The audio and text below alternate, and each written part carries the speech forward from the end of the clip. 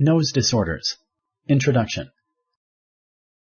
Sinuses keep the nose free of bacteria and dust. Select true or false. Correct. Sinuses circulate air and lubricate the nose. Luke has had pain in his nose and forehead for about a week. He also has had 3 nosebleeds. Should he contact his healthcare provider? Select yes or no. Correct. Luke's symptoms could be caused by a nose disorder. He should contact his healthcare provider right away. Is a deviated septum always caused by injury to the nose? Select yes or no.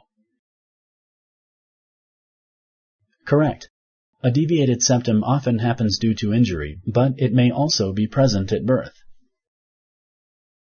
Is surgery the first treatment option for nasal polyps? Select yes or no. Correct. Medicines are the first treatment option for nasal polyps, but if medicines are not helping, surgery may be needed. The best treatment for any type of allergy is to avoid the substances that cause a reaction. Select true or false. Correct.